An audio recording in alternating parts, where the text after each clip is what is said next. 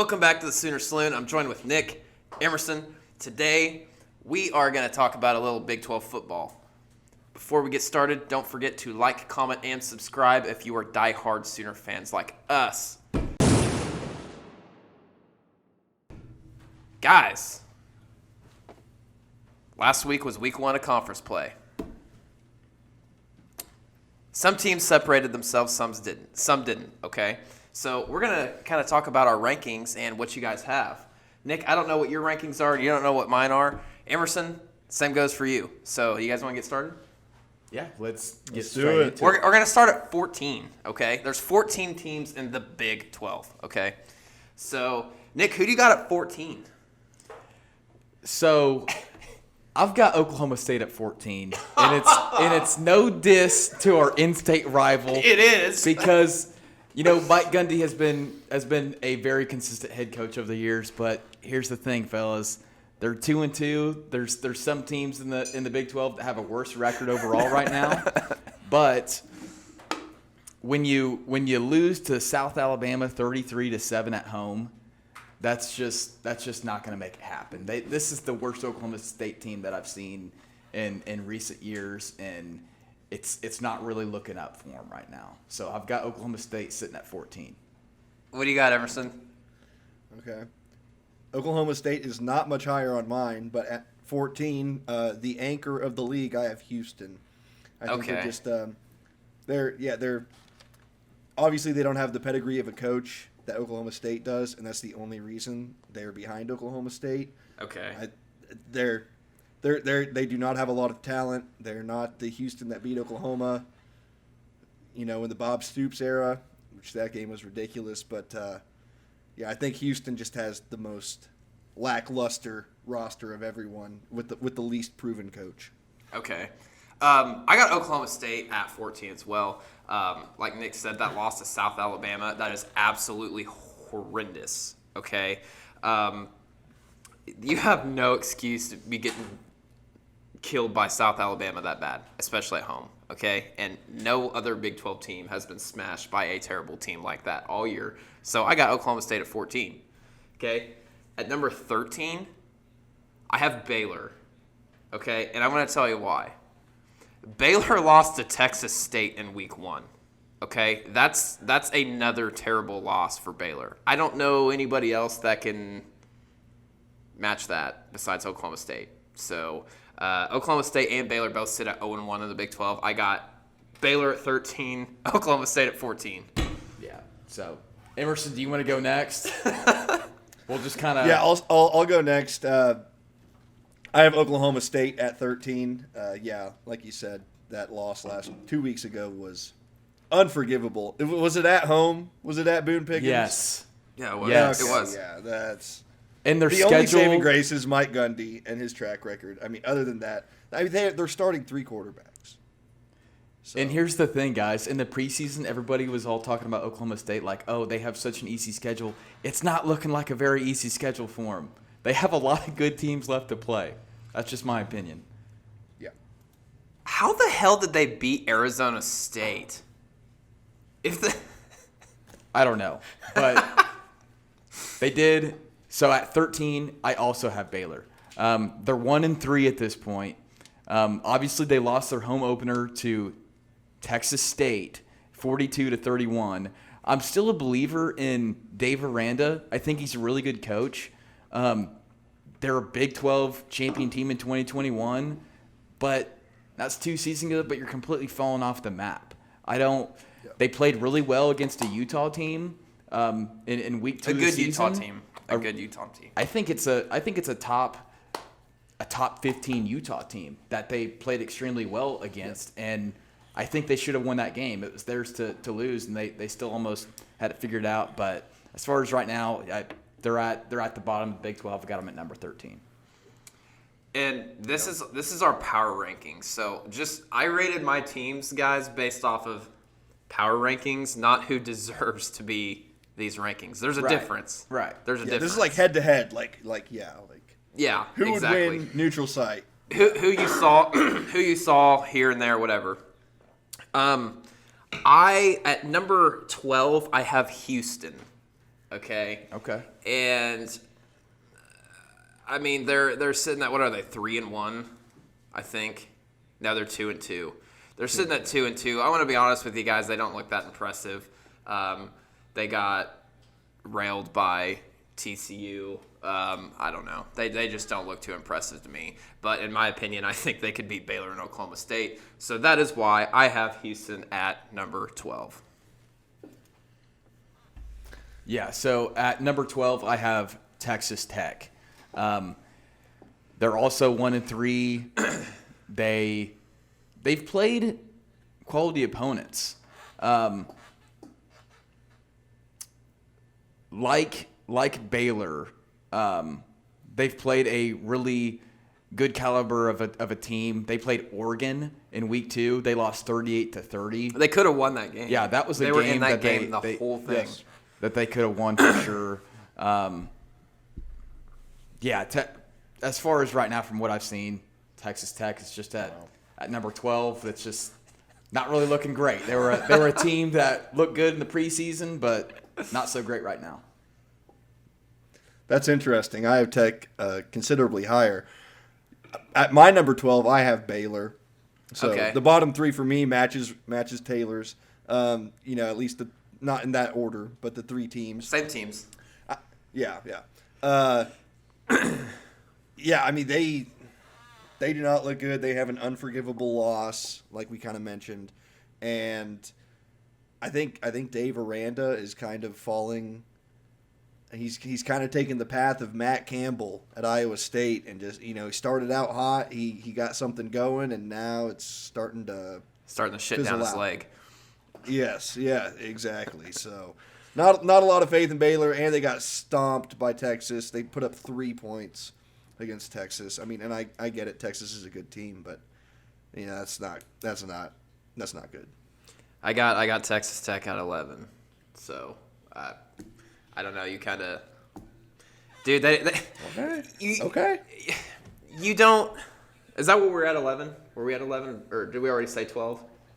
Yeah, we're done with 12. Okay, so we're at 11. I got Texas Tech at 11. Okay, and I'm not gonna lie, guys. I was pretty dead set on 13 and 14 on who I had at 13 and 14, but I mean, anywhere from like 10 to like 14, you could have an argument of whichever Big 12 team is worst. You know what I mean? Yeah. I mean, it is what it is. But I got Texas Tech at 11. I mean, they lost to a Wyoming team that doesn't look that impressive. I mean, yeah, they almost beat Oregon. I don't know. I got them at 11.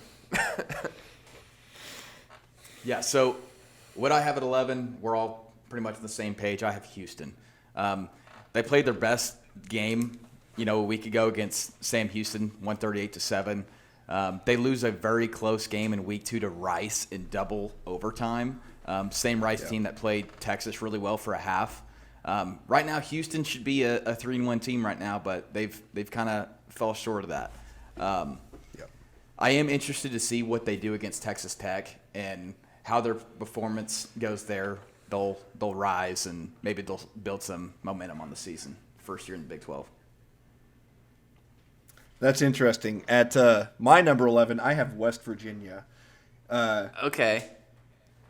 Yeah, I think. I mean, they have a pretty good win over Pitt, but it's kind of starting to look like Pitt is not very good this year. It's a brand kind of thing. A brand win. Yeah.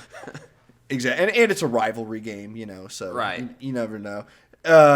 Their head coach is on the hot seat. This might be his last year. Maybe if he turns it around, he'll get an extension. But I mean, they barely squeak by Texas Tech, who is not very good. But I have Texas Tech, higher than you guys. So that's just I just don't have good feelings about West Virginia. I don't know anyone on their team. I don't think they have a lot of talent. So that's where I'm at. Okay. Number 10. Nick, who do you got at number 10? Number 10, I've got Iowa State. Me too. Me 3. Wow. That's crazy. You got him too? All of us too? Yeah, Iowa State, they lose another barn burner to Iowa. Again. I think the last time that the team scored more than 20 points was in 1912. Probably not. That's a fake stat. All joking aside, a week ago against Oklahoma State, they looked pretty well in offense. They win that game 34-27. They do have a physical defense, and that 3-3-5 defense that's always hard to play against and seems to always be experienced. If they can get a more consistent run game going, then they will rise in my rankings. But as far as right now, they are sitting at number 10. Yeah, And they are. I think their quarterback. Yeah, I think their quarterback isn't terrible, based on what I saw in the Oklahoma State game. I think their offensive line is really bad. They have a bad loss to Ohio 2 weeks ago, 10-7. You put up 7 points on not Ohio State, Ohio Bobcats. That is not good. Hey, it was at Ohio. It was at Ohio. Calm down. Oh, sorry. Yeah, they had to travel for Damn. that. They only had 46 snaps of offense in that game against Ohio. God, he's been doing his homework. That's ridiculous. So, sounds like their defense can't get off the field. The 3-3-5 is starting to struggle. Like I said with Dave Aranda, I think Matt Campbell is on the downward trend. Trying to fight he fans. Just went to the he should have just went to the NFL after Brock Purdy left. I mean, that was probably it for him. But yeah, I'm not trying to overlook this game this weekend with Oklahoma. We all know Iowa State is a sleeper that can upset anyone, and they usually do upset one of the leaders in the Big 12. So, not saying I want to overlook them, but I do not think that they are a very talented team. Okay. And they are a touchdown better than Oklahoma State. So we'll move on. At number 9, Emerson, who do I have at number 9?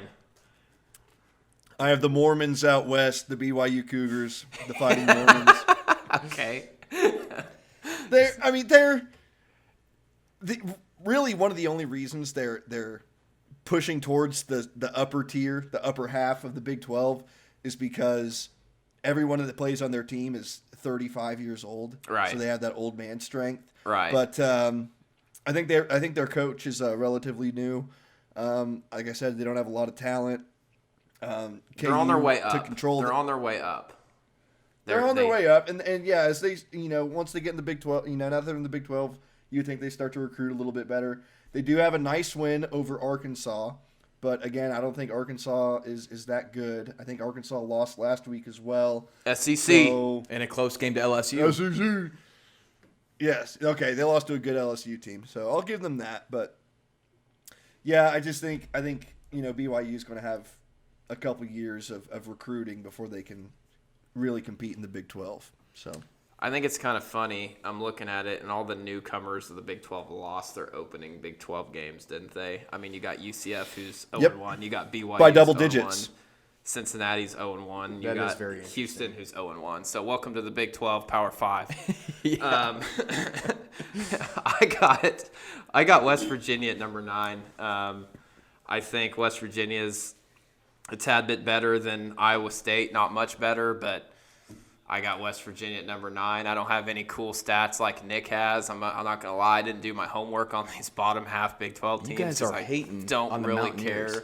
I mean, I kind of am hating on the Mountaineers. They did beat us last year, but whatever. Yeah, I got West Virginia at number 9. Okay, so at number 9, I've got Cincinnati. So Cincinnati is the team that should have one loss to Oklahoma right now. Instead, they lose to a Miami, Ohio rival team that they haven't lost to in about 10 to 15 years. I do like the mobility of quarterback Emory Jones. They have talent at those skill group positions. Emory Jones could be a little bit more conservative with the ball, but ultimately they need to be more efficient in the red zone. Field goals are not going to win you close games and games in general in this conference. If they can make those adjustments, they can win another 5 games on their schedule, but they have to improve. So have Cincinnati number 9. That was very impressive. I liked that. Very. Thank Nick, you. you are a scholar. Yeah. You're a scholar. All right, at number 8, I finally have Texas Tech. There was a lot of Okay. hype for this team. Yeah. Finally, yes. There was a lot of hype for this team going in to this season, and they have fallen short. But, I mean, they were dominating Oregon up until the fourth quarter, and then Oregon stormed back. So I got to give them a little bit of props for that. And Oregon does look really good. I think they have a pretty talented squad. I like their head coach. This is his second year, but it seems like he's got things rolling. They're in Texas, so they're going to be able to get at least a decent amount of talent, even if they are Texas Tech and they're in butt fuck nowhere, Lubbock. But sorry. But that's what I have to say about Tech. Usually they have a pretty good quarterback. I think their defense is playing pretty well, even though they did lose Reggie Pearson to Oklahoma. Obviously, probably one of their star defenders. But I think they'll get things figured out, and they'll get things rolling, and they'll get pretty streaky here in the second the back 2/3 of the season. Okay, I got Cincinnati at 8. Yeah, they're 0-1, and West Virginia is 1-0. But I'm gonna tell you now. I think Cincinnati's a very underrated team. Yeah, they have 2 losses. I think they should have completely beat Miami of Ohio. That lost to Oklahoma. I think Cincinnati could have very well beat Oklahoma, in my opinion. But I think Cincinnati could have very well gotten their asses beat by Oklahoma at the same time, if that makes any sense. Yeah. So I think Oklahoma should actually beat their ass compared to what the score was. But I think if Cincinnati could have capitalized on a couple of plays, I think they could have beaten Oklahoma. So I got them at 8. Yeah, so I have Emerson's Mormons, BYU, at number 8. A slow week 1 start and a 14-0 win over Sam Houston. They did look impressive against Arkansas, winning that matchup 38-31. Before they went into the game against Kansas, I said whoever wins that game should be ranked in the top 25 because they're both undefeated going into it. They got beat by Kansas. They got beat by a explosive Kansas team, lost by 11 points. Future Big 12 terms, I think BYU is the team to look out for. They're going to compete for the title. They will. Yeah. So I mean, maybe not this year, but down the road, I see in the it future, happening. they're a team to definitely look out. Within for. 5 years, I could easily see it. Oh yeah. But I will say they had 9 yards rushing against Kansas. And I get it, Kansas is on the up and up, and their defense is playing a lot better. You run the ball 30-plus times, and you don't even get a first down the entire game, statistically. That's terrible. That's terrible. Yeah. At All right, at number 7. Yeah, who you got? Number 7, I have UCF, another newcomer to the conference, but historically they've been pretty good. Obviously, they're in Florida, so they're going to get some. So they're going to be able to have some talented recruits. Obviously, they win a tight one against Boise State. They blow out Kent State and Villanova. And then K-State, they lose by double digits, but they only lost by 2 possessions. And I think K-State's pretty good. I have them in my top 4. Spoiler alert. So I think UCF, of all of the newcomers, they're probably one of the top 2, best poised to compete for a championship within the next 5 years, just because of where they're at in their recruiting base. And they have Gus Malzahn from Auburn, right? I can't remember. Is that the right name? I don't know. But he's a pretty good coach. He won a national championship. So Now we're talking about these tier of teams in the Big 12 to where Oklahoma should beat these teams, but you can't overlook them because they will beat you if you overlook them. Does that make sense? We know that. We're in that section of the Big 12 right now. Yeah. I got number 7 BYU. That's where I got them at. Like Nick said, I think I agreed with Nick. The winner of the Kansas BYU game should have been ranked. I think BYU is a decent team. I think they're better than what people think, but I don't know. I got them at number 7. So. Yeah, so number 7, I got West Virginia. Honestly, it's kind of hard to make out what they really are at this point, but I think it could be a dark horse, Big 12 team if they can get it figured out. They have a schedule that they could navigate through to get them there, and they have 1 loss. That 1 loss is to Penn State, a top 10 team, probably one of the best Penn State teams that's all around in the last probably 5 to 10 years. I agree. They have once they can get that quarterback position maintained, I think they have a better chance. But as far as right now, I have to leave them at 7. They're just kind of one of those difficult Big 12 teams to judge as of right now. Yeah, I agree. All right, at number 6, I have Cincinnati. Probably the only Big 12 team outside of Texas and Oklahoma that maybe K-State that's going to have at least 2 players playing on Sunday, like I said in our pregame interview or postgame reaction. And they have Emory Jones. I mean, he's a mobile quarterback. He's dual threat. Oklahoma contained him pretty well. But, I mean, this is the only team of the newcomers and the only team outside of TCU in the Big 12 period that's played in the college football playoff recently. So I have to give my props to Cincinnati. I think they have a pretty good coach. They have a pretty good quarterback. Their defensive line is stout, and games are won in the trenches, especially in the Big 12, Power 5. So I'm going to give my props to Cincy, and I think that win last week was a lot better than a lot of people think. And we're going to see that later on in the years. Maybe they push for 7 or 8 wins. I do think they're very underrated. Yeah. Cincinnati. Yeah. I really do. That. I like that. Seriously, they could be undefeated right now. They really could be. Both. If you look at it half by half, Oklahoma beat Cincinnati each half 10-3 by 1 touchdown. Right. So right. They played a pretty close game, and Oklahoma had some big turnovers, which can, as we know, can swing the momentum. So props to Cincy.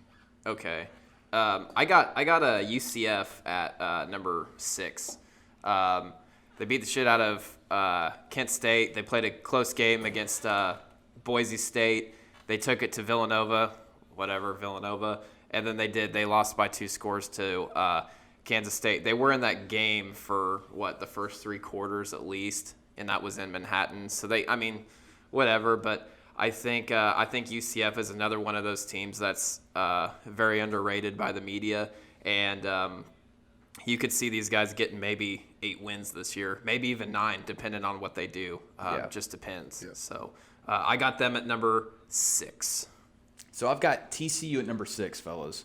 I think a lot of people are already writing off TCU based on that 1 loss in Can't week do 1 that. to Colorado. People forget about Chandler Morris being a starter over Max Duggan a year ago. I think he can lead this team to many wins in this conference. He's played 3 straight weeks of good football, and their last win over a pretty good SMU team, winning 38-17. We know what that SMU team looks like. I like the leadership that head coach Sonny Dykes has, and as well as his staff. Don't write them off just yet. And a season ago, they were winning so many close games. So don't write them off, fellas. Number 6, TCU. Yep. Number 6. I have TCU at number 5. Yeah. I do too. That's why I got it at number 5. Yeah. I agree. Yeah, Sonny Dykes is a really good coach. He proved that last year, taking them to the national freaking championship. Yeah, they got boat raced by Georgia, but who wouldn't? They beat a really good Michigan team last year. Yeah, they lost a lot of talent, but I believe in Sonny Dykes. They have a pretty easy stretch for the next 3 weeks: West Virginia, Iowa State, BYU. I think those are all winnable. I like 2 of those 3 are home games for them too. Yeah, and the Colorado loss to start the season. It's a season opener. It's a Power 5 team. Colorado looks better than anyone expected. I know they got boat raced by Oregon last week, but it's Colorado's still a good team. They have West Virginia, Iowa State, BYU. They can easily win all those games. And then the back half of their schedule, they have K-State, Texas, and Oklahoma in their last 5 games. So that can get interesting. But, I think TCU's solid. And like I said, they're in the state of Texas, so they're going to get recruits. And they did beat SMU by 2 scores, and I think SMU is also one of those underrated schools. 3 scores. They beat them by 17. So, they did. Yeah, 34-17. It was 34-17. Yeah, so they beat them by 3 touchdowns. So I think SMU is a very underrated team as well. I think SMU is actually a good team, and TCU handled them. So they're sitting at 3-1 right now. They have a pretty winnable schedule. We'll see what happens. They do play OU last game of the season, regular season. So I got them at number 5. Yeah, so at number 5, guys, I have UCF. I love their quarterback, fellas. I love their quarterback, but he suffered a injury against Boise State in week 2.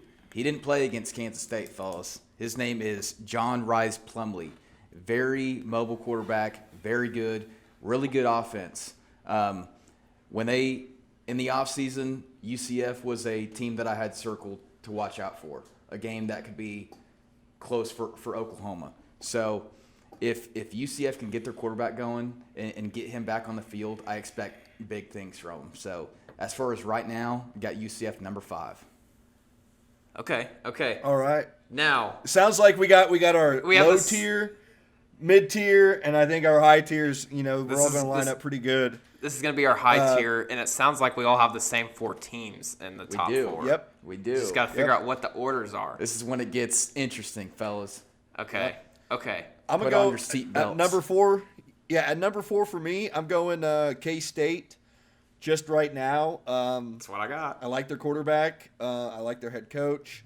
Their defense is always stout. Missouri, their only loss was on a 61-yard field goal in Missouri. Rivalry game. So that's big. Old Big 12 matchup. Yep, old Big 12 matchup. Really, the only problem with that I have with K-State is that their offensive line is beat up. I think they have 2 starters out right now due to injury. So I don't know what their timeline is for coming back, but I like every other aspect of K-State. I think they could easily compete for a Big 12 championship. It comes down to the Texas game and the KU game because they don't play Oklahoma this year. So Thank God. And KU's second. Yeah, thank God. Fucking K-State. Oh my God. And KU, they have Texas and then KU in their last 4 games of the season, so it'll come down to the end. So I guess we'll see on that. Who you got it for? I've got Kansas State at number 4 as well, guys. Emerson, you already mentioned it, but a heartbreaking 61 walk off the field goal for Dude, that's Missouri in that insane. game. Crazy. Chris Kleiman is such a great head coach. He's arguably the best guy at progressing his players in the Big 12. Yep. Obviously, the defending Big 12 champion from a year ago. It's always a physical football team. Very impressive offensive line. Will Howard is the perfect fit for this team at quarterback. I think they've done a great job replacing running back Deuce Vaughn with running back DJ Giddens, averaging 6.5 yards per carry. We also know what receiver Phillip Brooks can do on the outside as well as in the return game. They also have a beastly tight end, Ben Sinnott, who I think is going to be playing on Sundays in KSU. He's good. Yeah, Kansas State has a great chance to be right back in Arlington competing for a Big 12 championship. Yeah, I agree. Number 3, guys. Rock chalk. I got Kansas at number 3. Yep, me Yeah. too. Go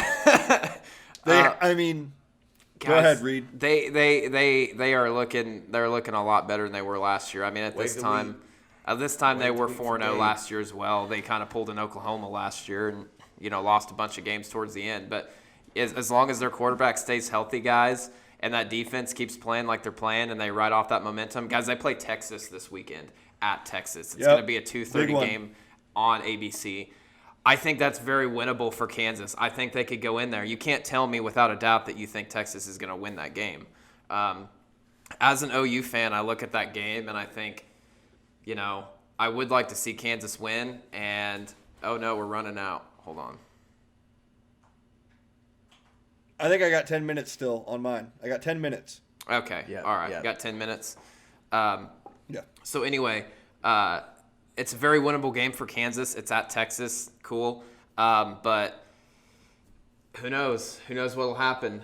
If Kansas wins that game and they win all their games up to the Oklahoma-Kansas game, that could be a college game day game. Who knows? That could be a night game because that game's still undetermined, the time on that game. And it's in Lawrence. So who knows what's going to happen, guys? I got Kansas at number 3. Yep. I agree.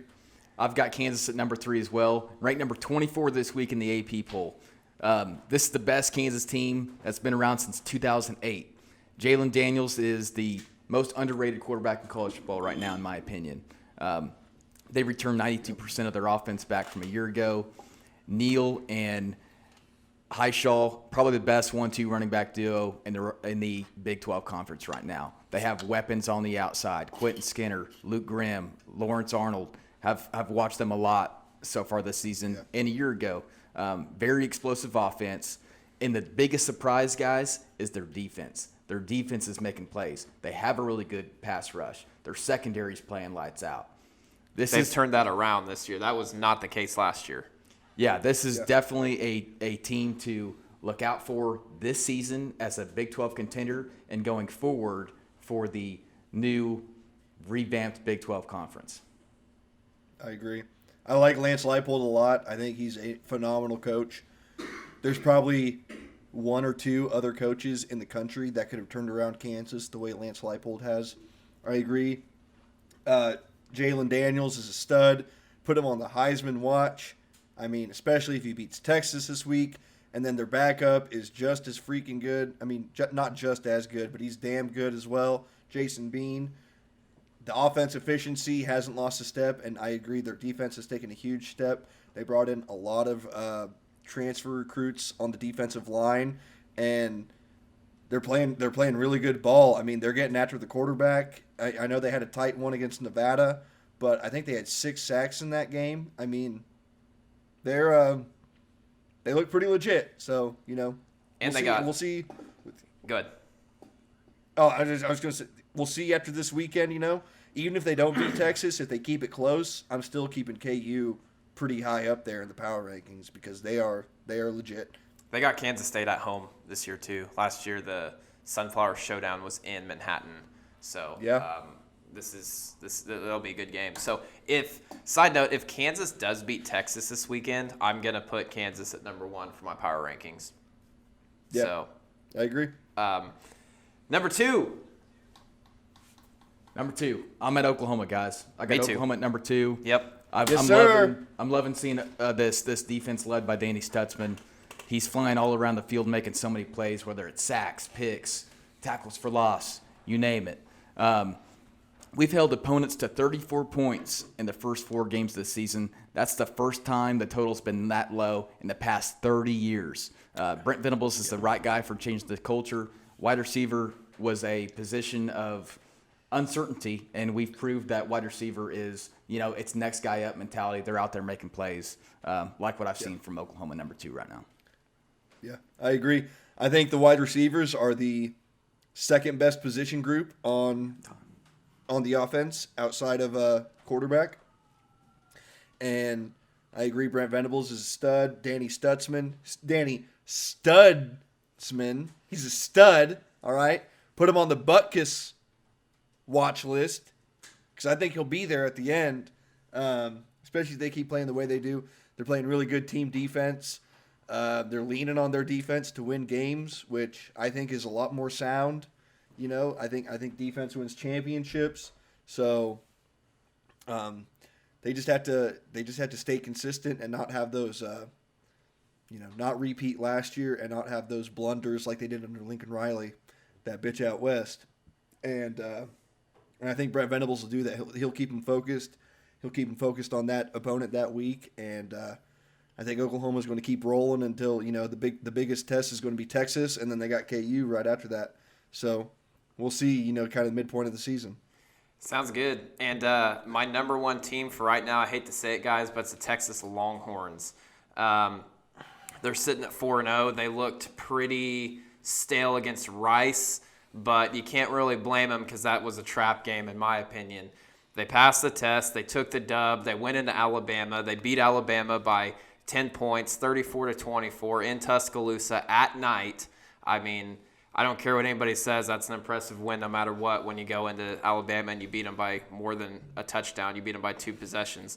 And then they beat Wyoming 31-10. I think they could have done better, whatever. And then they go into Baylor and they hand it to Baylor 38-6. So at this point in the Big 12, I think Texas looks the most impressive just based off of who they played. I think they can get better, but I do believe that they are human and they can be beat. So we'll see what happens this weekend. We'll see what happens in Dallas. So I got Texas at 1. Yep. I've got them at 1 as well. Best win so far this season. and honestly, probably all of college football, to be honest. Went over Alabama in Tuscaloosa. Quinn Ewers looks good. They have so many weapons on offense. Xavier Worthy. Tight end Jadavion Sanders is an absolute problem. That's their leading receiver right now. So many playmakers. Transfer from Georgia at wideout. He looks good. Whittingham, something. Yeah. I don't think it's him. I think it's that. I think it's. Let's see. It's Mitchell. It's Mitchell is who it is. Oh, okay, yeah. I think it's Jordan Whittington is the guy that seems like he's been there since 2006, and he's just been probably their most consistent guy making plays. So, but other than that, got Texas number 1. You got 3 minutes, Emerson. 3 minutes. Yeah, I agree. Texas has the best win of the season.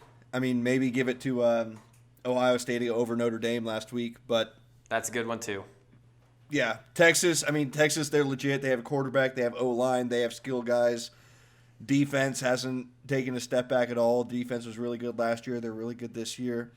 And, as long as Sarkisian can stay away from the booze, I think they'll be all right. I don't mean to take a shot at him, but fuck it, it's Texas, took a shot. Dude. Yeah. I'll take a shot for him. You know what I'm saying? Well, guys, all right. We're gonna wrap it up, but drop down in the comments. Don't forget to like, comment, and subscribe, and give us your guys' prediction. Who do we mess up on? If you disagree and you want to argue, I'm okay with that. We'll argue in the comments. Give us your power Argue rankings. in the comments. So, That's right, with that being said, guys, thanks for watching, and Boomer Sooner.